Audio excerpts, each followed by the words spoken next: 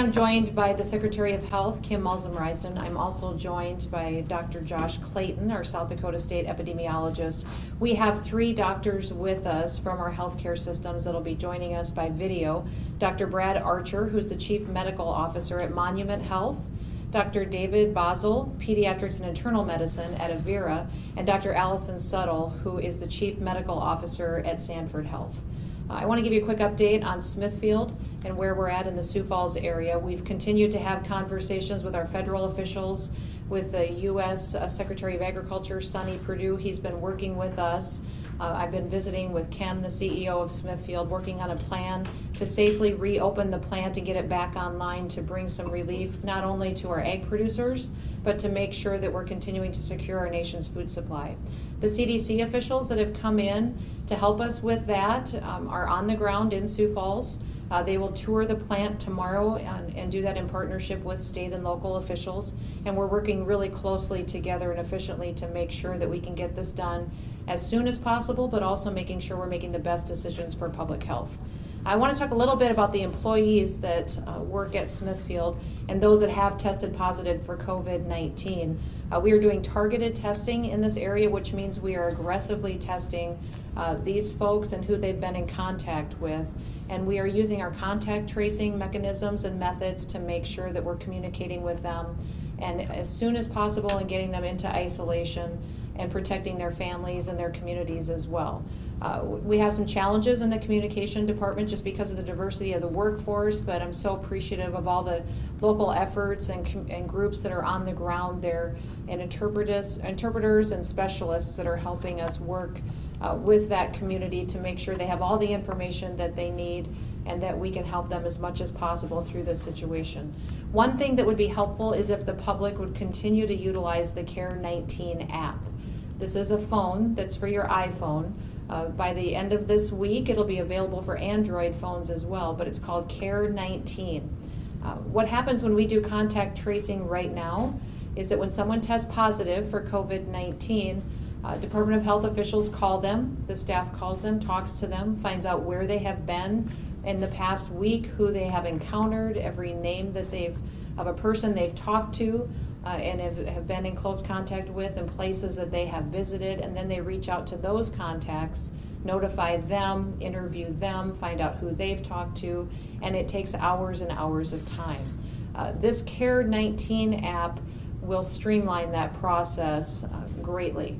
If you will download that app, every single person in South Dakota that has a cell phone, and turn on the location services on it, it will track your movements for you and historically record it for you on your phone so that in the future, if you do test positive for the virus, we can immediately look at the app and you have all the information that we need, and in the future potentially notify other people that you may have been in contact with in a matter of seconds. What is taking us hours today, which we are doing, and we've greatly increased the staff doing this work, but that could be done in a much more efficient manner if folks would please download the Care19 app and utilize that to record that historical data.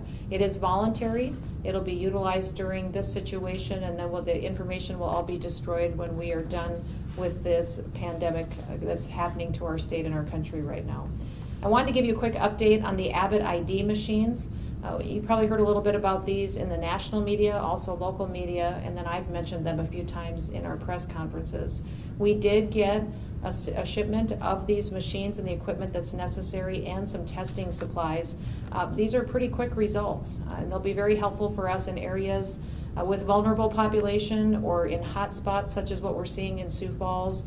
And we're very grateful that we do have supplies now to run those machines and to make sure that we can send them out to strategic and select populations where they'll be the most effective.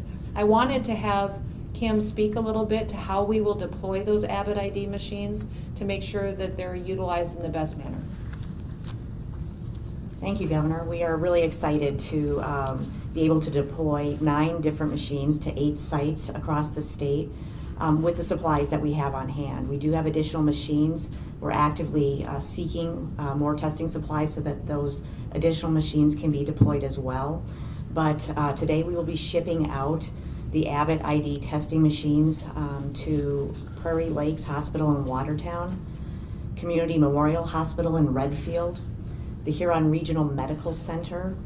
We'll be shipping 2 Avid ID machines to the city of Sioux Falls, 1 machine to the Mobridge Hospital, 1 to the hospital in Martin, which is Bennett County Hospital, 1 machine to the Fall River Hospital in Hot Springs, and 1 machine to Spearfish, which is a Monument Health facility. All told, we will be deploying testing supplies for an additional 720 tests, and the folks that will be getting these machines will be working to get additional testing supplies, but this really helps us get more testing out there. We know that the more testing we can do, we can identify people that are positive, help them quarantine, keep them safe at home if possible, and continue our COVID-19 response. So looking forward to the deployment of the additional machines, but this is good news for South Dakota. Great, thank you, Kim. And I did make a request to the Vice President and the Secretary of Agriculture to help us with more supplies for those machines. But this will be great to get those deployed to these areas with some supplies so they can get up and running. And those are very quick results. Within minutes, we should be able to have the results, and Kim and Josh can answer any questions that you may have specifically about that type of testing that will be available throughout the state of South Dakota. Now, we wanted to talk a little bit about modeling, and I want you to remember that modeling is projections, and it is based on several of the national models that we've incorporated into how we've predicted what will happen in the state of South Dakota. And every single day that we get under our belt, we get more data and information that we can plug into those models that impacts it and what will happen for informing us on decisions that we need to make across the state of South Dakota.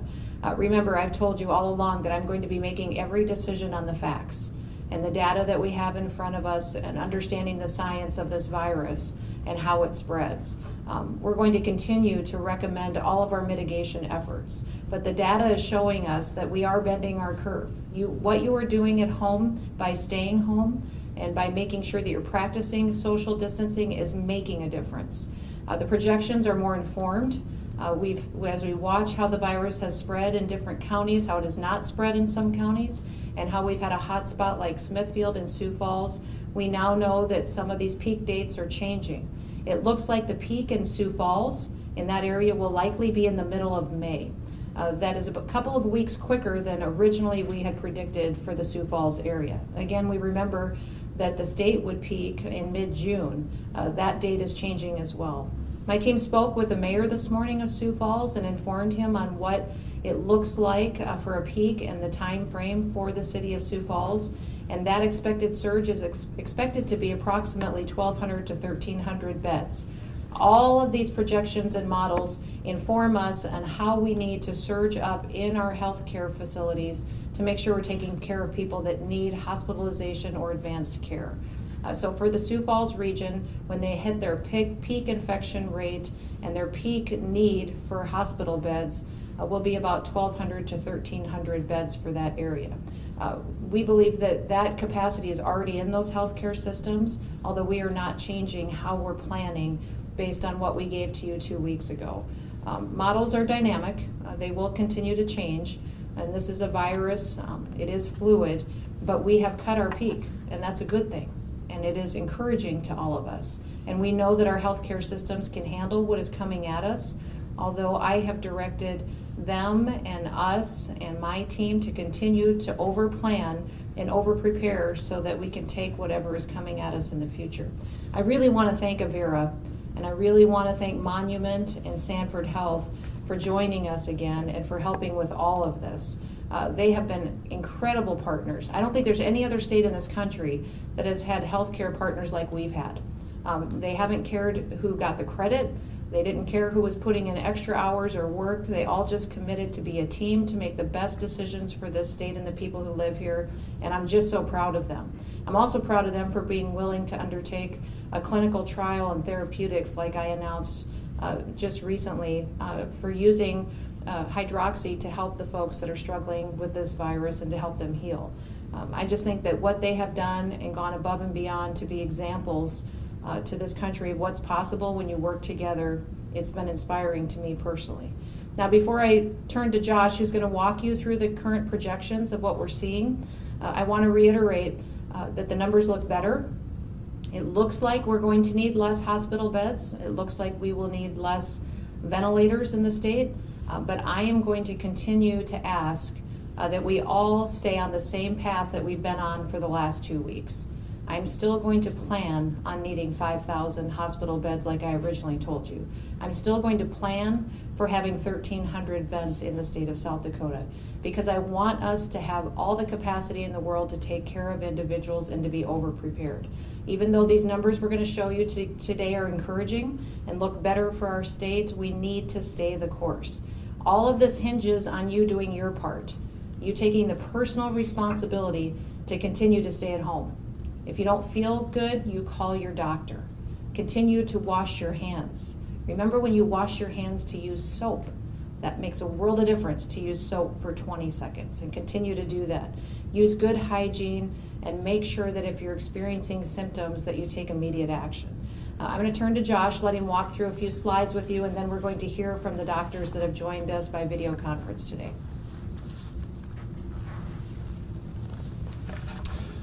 Thank you, Governor, and thank you to our partners at Avera, Monument, and Sanford Health. It really is a great partnership to be able to be presenting these numbers, updated projections for you today. So I think many of you are familiar with the models that we've been showing you, and I do want to walk through what we have for you today. So in the red peak that we were showing, that was the anticipated peak based on no action being taken on the part of community mitigation, individuals social distancing and taking those precautions that are really needed for preventing COVID-19 transmission within our workplaces, within our homes, and within the community. That red peak is based on having our first case on March 10th, and we see that we have over 10,000 hospital beds needed at that peak. The other peak that you're familiar with is the blue peak, which was showing our initial projections as of April 3rd, which is needing about 5,000 total beds in the state at our peak need, and 1,300 ventilators. That information was based on about a 5% hospitalization rate.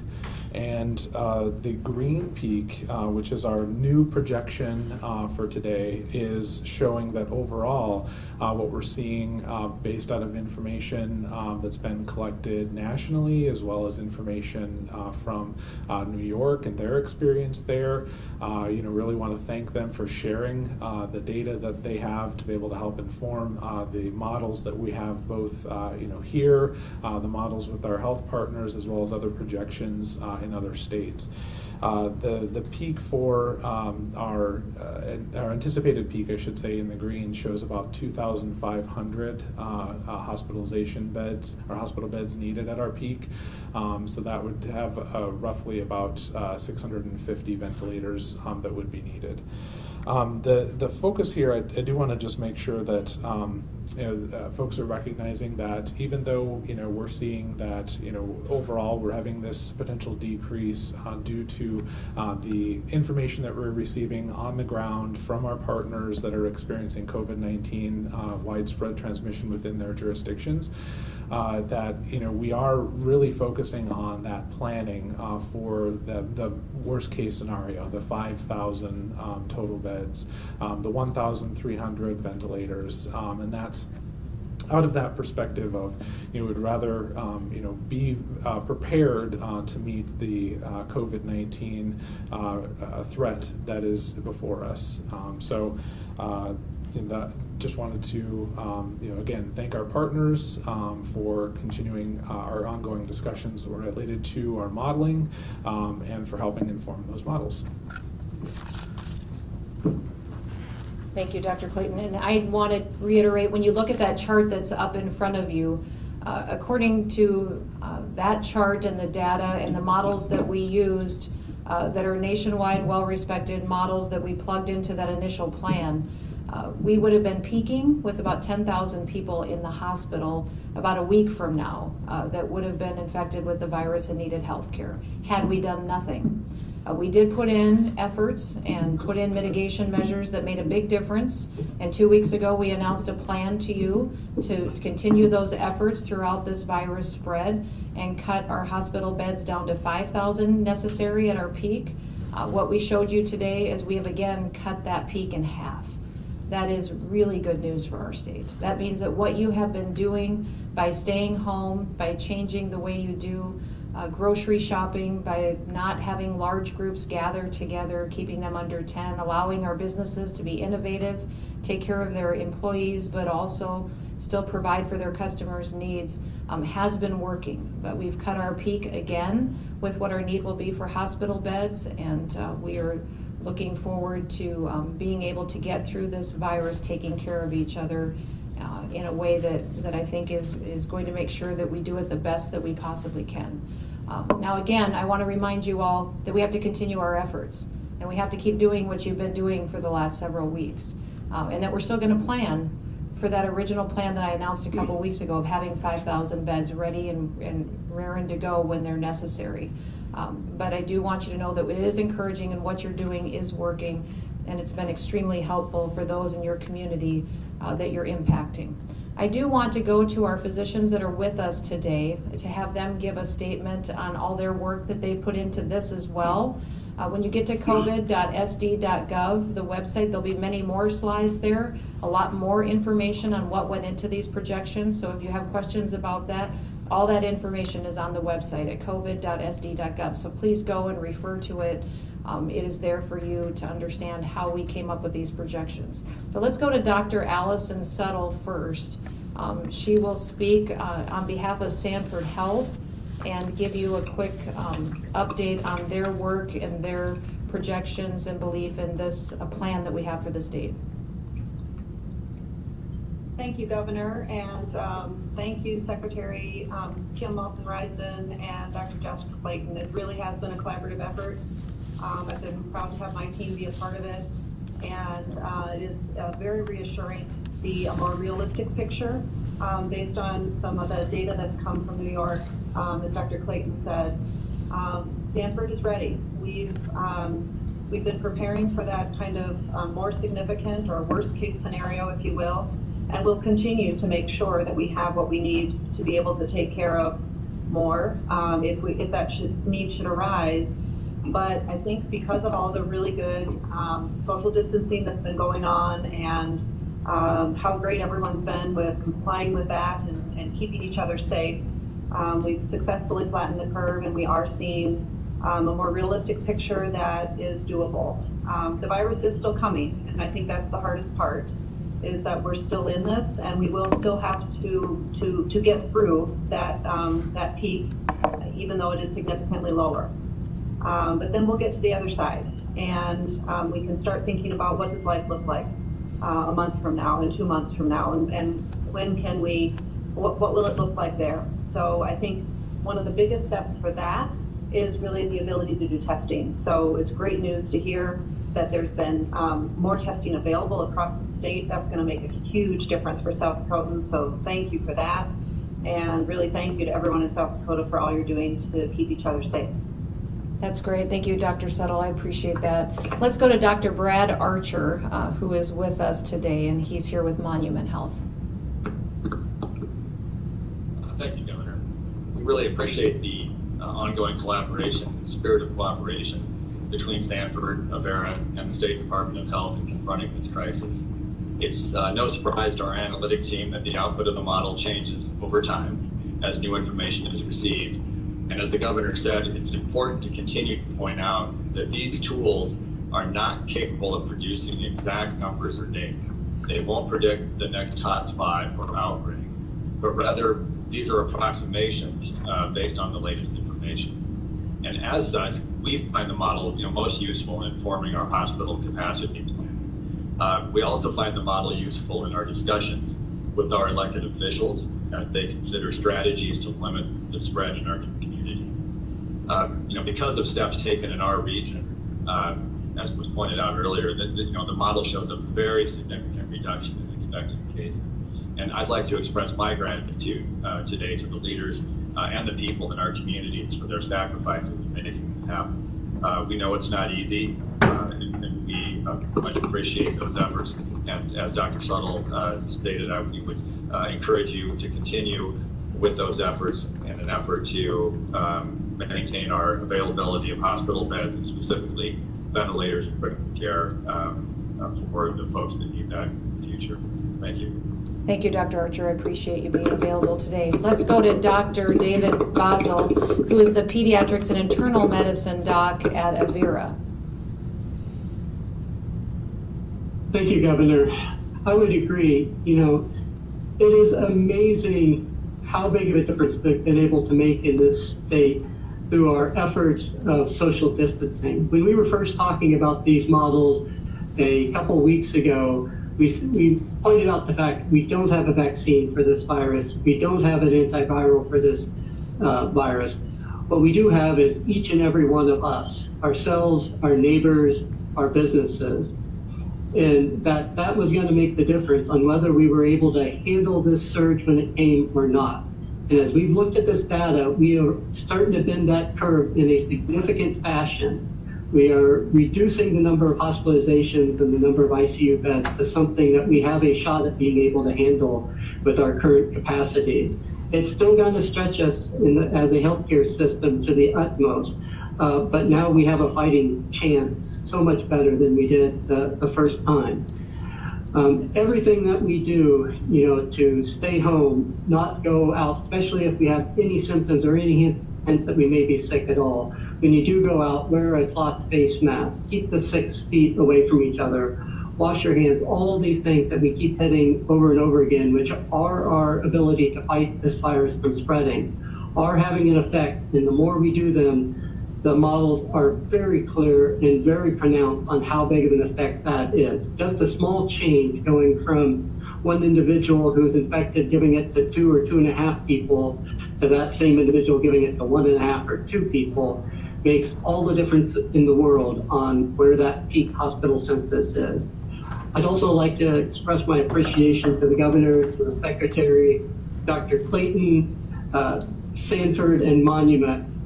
I agree, there's no state like us out there where we've been able to come together, have transparent, open, collegial conversations that are practical and really make a difference in this state. And it's just such a wonderful experience to be able to work in that environment. You know, sometimes we're fierce competitors, but when a crisis comes, we're all in this together and we speak with one voice, and that is just wonderful. So thank you.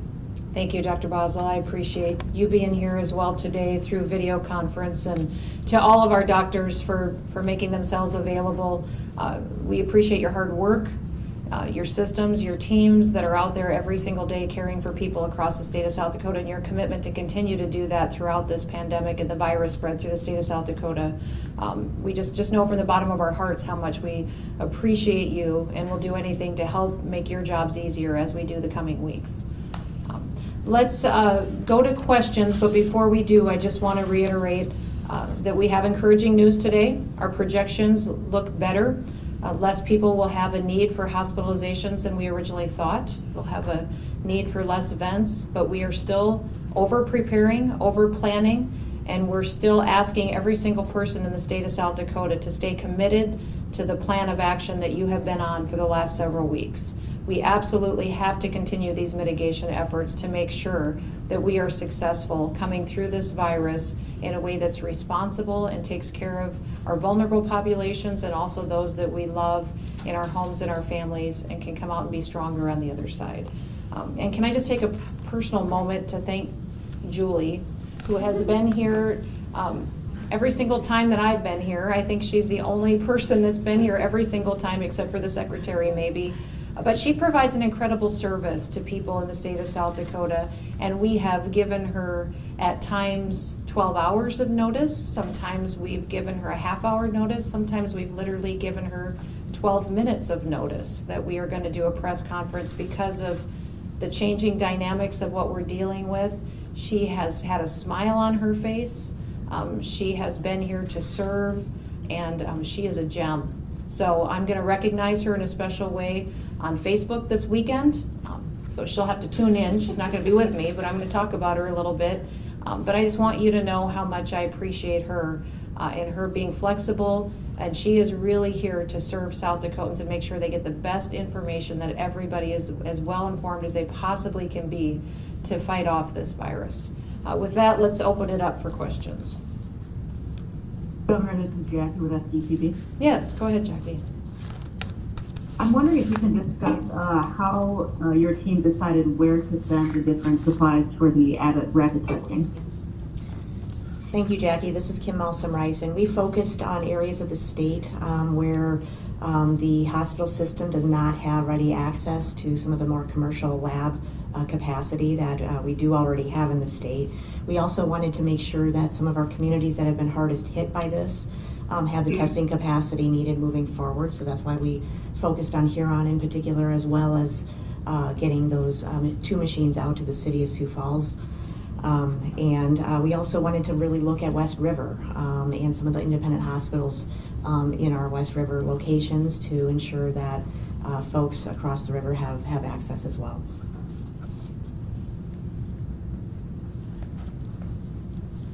Yes. How many tests? Sorry, thank you. How many tests are you able to perform? 2-parter. And then, do you have plans for? Sioux Falls will be under control. We'll get it under control, I have faith. But once that is done, will you then redeploy other systems that aren't in hotspots to? Eventually, are they going to try to test everybody? I realize that is not the case now, and it's not going. There's not enough, but and I tried to contact the company to see what they were doing. And, other reports like they only got a few uses per thing. What is going forward? Sure. So I want to just clarify that these machines will remain the property of the state of South Dakota. And so as we have differing needs in communities, we have the opportunity to redeploy machines to where they're most needed. And so we will continue to monitor the use of these particular machines. With the supplies that we got with this order and with our aggressive procurement of supplies, we're able to deploy between 72 and 96 tests with each of the machines. We'll continue to support the efforts of these locations in terms of, they'll need to continue to get testing supplies to keep them active, and we'll help them any way we can do that. But that problem is not going to go away. As soon as we're able to deploy or to get additional supplies at the state level, we will have more machines to deploy as well. But they've got to have the supplies to go with them, so that's what's holding those up. Who makes the supplies for the machines, ma'am? I tried to ask the company, and they Governor? Yeah, so there's a couple of different ways. The state is able to request through a federal procurement site for these testing supplies, and that's what we will continue to use. We also can go straight to Abbott for the supplies, and that's what these sites will need to do in the future. So Abbott makes. Correct. Yes, that's right. Abbott has machines have a different supply need than other testing mechanisms. It's unique to that machine. Originally, we had difficulty getting the machines. There was some in some IHS facilities in the state and spread out, but we also needed more machines. We did get those from the federal government. Now we will consistently be asking for the supplies to keep them running. And I was on a phone call last night with many of the governors in the state, another one, or in the country, and another one at noon today. They're all struggling with supplies for these machines, but production is being ramped up, and so I expect that it'll become much more consistent in the coming days. There was a question on the phone line that someone was trying to ask. Governor, that would have been me. Okay, go ahead. River Farm Radio Network. Sorry Yes. to interrupt. It's kind of hard to hear when you're on the phone if there are questions being asked on in person or not. So thank you for taking my question. I wanted to follow up with something I'd asked you earlier on this week, Governor, about the status of your work with Smithfield Foods to get the Sioux Falls pork plant reopened. I saw where Ag Secretary Sonny Perdue tweeted this afternoon that he was working closely with you. I wondered if you could outline some of the steps forward that you all are working on. Yes, Sunny and I have been working on this ever since this past weekend. And the CDC team that is doing an evaluation and walkthrough of the plant is on the ground in Sioux Falls now. They will continue to do their work tomorrow in Sioux Falls and go through the plant with state and local officials, and then give us a checklist of things that need to be accomplished before it can come back up to full production. So Smithfield is engaged and working with us. Also, the Vice President has been involved. They all recognize that this plant is incredibly important to our food supply in this country. This is a national security issue that this plant run. It is defined and categorized as a critical infrastructure. Whether this virus impacts Sioux Falls, South Dakota, or the country, this plant runs. And so we need to make sure that we get it set up so it'll protect the health of the employees that are there, and also make sure that it's still doing what it does best, and that's continue to put out product that feeds our families in this country. We do believe at this time we do have increased cases, but we do believe that when this plant gets up and running, that it'll be a perfectly safe environment for these employees. There may be other things to mitigate outside of the plant, but inside the plant we're making sure that it is running and that the employees are in a position to where they have no concerns for contracting the virus. Governor, I understand tonight you'll be talking on South Dakota Public TV in a town hall format. Mm-hmm. Could you give us a little bit of preempt to that? And I understand economic recovery and how we begin the rollout will be part of that discussion. Could you just briefly discuss that ahead of time? Yeah, I think that's a great thing to mention here today, is that tonight we'll be doing an hour-long town hall on South Dakota Public Broadcasting, but I think South Dakota Public Broadcasting has agreed to share the footage and the video stream with all the networks in the state, and I will be there answering questions, as well as the Secretary of Health, Kim Malzum-Risden, will be there answering public health questions, and then we have Commissioner of Economic Development, Steve Westra, will be a part of that town hall as well. I know we're getting a ton of questions from small businesses, small towns that are struggling, employees wondering when they can go back to work, what we're going to do as a state to help facilitate some of that growth when we get through this virus. And I would encourage you all to tune in. It's going to be a free-flowing conversation and answer to questions that South Dakota Public Broadcasting has been taking from viewers and from other people throughout the state. And I believe it starts at 7? Yeah, 7. So sorry, my day is full of things that are on the calendar. So it'll start at 7 o'clock Central Time tonight and go for a full hour. Do you have the updated? Let's have a follow-up, and then we'll take this other question in the room. If we could, just are there plans now being underway for the economic rollout? We've heard a lot of that in the national media. What's happening in South Dakota? There is plans being made to make sure that our economy has the best opportunity to come back as quickly as possible here in South Dakota. We talk about it every day in conjunction with dealing with the public health threat that we have, but it's going to be a challenge. We have seen whole industries in our state completely devastated and wiped out. Our hospitality industry, which largely deals with tourism, went from 100% bookings at most of our hotels and restaurants in those areas to almost nothing. So we are doing what we can. We have a Governor Noem's disaster loan program that we've stood up at the state level to help some of those small businesses get through this difficult time and pay their light bill and make sure that they can not go bankrupt in the next couple of months. We're going to patch them through, but then we're also going to make sure that when we come out on the other side of this, that we get them back up and rolling and get their employees back to work and taking care of their families. Now let's go through. Do you have the updated infection numbers from Smithfield? Because yesterday I think you gave us 438, 107. You have those updated? Sure. So in the report that we gave today, we currently have 518 Smithfield employees who have tested positive, and we have 126 contacts of Smithfield employees who have tested positive. Okay. And you also mentioned that the peak for Sioux Falls was now in mid-May, and you said you were going to tell us what it was for the state. It still continues Sure. to be mid-June. So it's the still peak, mid-June. the peak for the state remains the same as the prior projection, which is mid-June. So Sioux Falls is peaking a bit earlier. Okay. And then just one other question. Of the 51, you have 51 listed on the website as having been ever hospitalized. Of those, can you tell us how many have been on ventilators? I'll look through. Not accurately. Yeah. So we do have a number of individuals that, in addition to being hospitalized, have been on the ventilator. I believe the conservative number would be 4 at this time, but that is something that we continue to monitor. Governor JP at KORN News Radio. Yeah, hi JP. Got a question. Now that the clinical trial is underway at Sanford, do we have any numbers on how many people are in it thus far? No, I don't have confirmed numbers. The people are getting the drug as a therapeutic today. This week, Sanford is continuing to run the official federal protocols that are necessary to start up the clinical trial, and we think by the end of next week they'll have all those boxes checked and the actual trial will begin.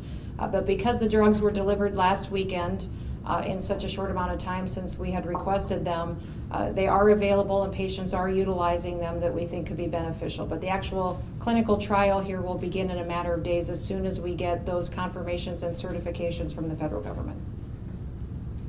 Thank you. And I want to remind everybody in the state as well that while Sanford Health is taking the lead in this clinical trial, that Avera and Monument are all participating.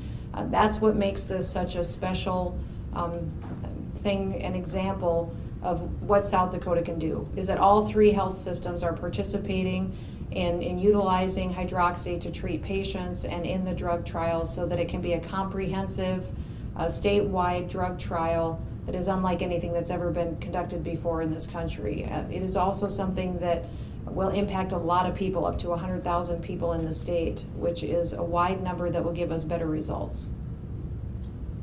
Let's go to the next question on the phone. Hi, this is Morgan from the Journal. Sorry. Yep, go ahead, Morgan. There. I have 2 questions. First, is the State Department of Health any closer to releasing data about a positive or negative testing breakdown by county?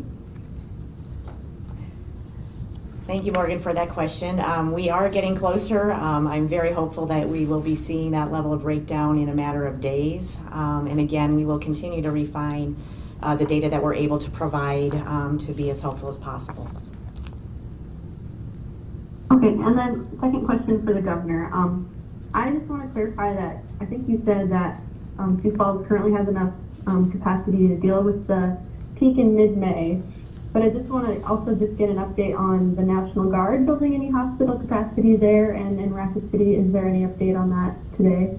Yes, we are still building out that capacity, utilizing our National Guard, putting in hospital beds in the Sioux Falls area and in the Rapid City area. So we are sticking to our original plan of making sure that we will have 5,000 beds available at our peak infection time, ready and willing to serve people in the state that may potentially need it. Even though all of our projections show that we've cut that need in half, we're still going to stick to our original plan of preparation. Do we know where they'll go and when it'll be set up yet, or is that something to be determined? We will be able to share with you what facilities will be utilized for that in the coming days. The reason that we don't have it today is because they're working with the Corps of Engineers and their guidance and their protocols of what needs to be in a facility to set up something like this. And so they're just about completed with that analyzation and will be ready to start doing setup as soon as the Army Corps and National Guard come together on that plan. Okay, thanks. Now that the CDC and y'all have made, and it's on the website, so it's for real, everybody should be wearing a cloth mask. You drive around, at least in Pierre, not a lot. There are some, yes, there are some, and not a lot, but like if you hang out at Dakota Mart for an hour or Walmart, you really don't see that many. Do you hope to see, do you expect to see, do you think that folks are going to Sure. So the question was around the use of cloth masks for the general public, and so that was a change from the CDC, so that's recent. But I would just emphasize that that's a recommendation from them. It's not necessarily a directive, and so people just need to use good judgment. A cloth mask is no substitute for good social distancing, and so people really have to stay away from other folks as much as possible. Limit the times that you just have to enter your community. We've heard great suggestions from healthcare providers to do really practical things like don't go to Walmart every other day, try to go once a week. That's just going to naturally minimize your exposure. But there's very practical solutions that people can take, and if they are concerned and want to mask, they can certainly do that, and they should use cloth masks, not masks that are intended for the healthcare community. Governor, this is Amy Flaherty from the Associated Press. This may be a little premature, but do we have any results from what the CDC found at the Smithfield plant yet, or any recommendations at this point? We do not. They don't actually walk through the plant until tomorrow, and they're doing that with state leaders, Department of Health, and local leaders as well. So we will keep you updated, and I'm sure Smithfield will continue to stay engaged to make sure that we're letting you know where we are in that progress.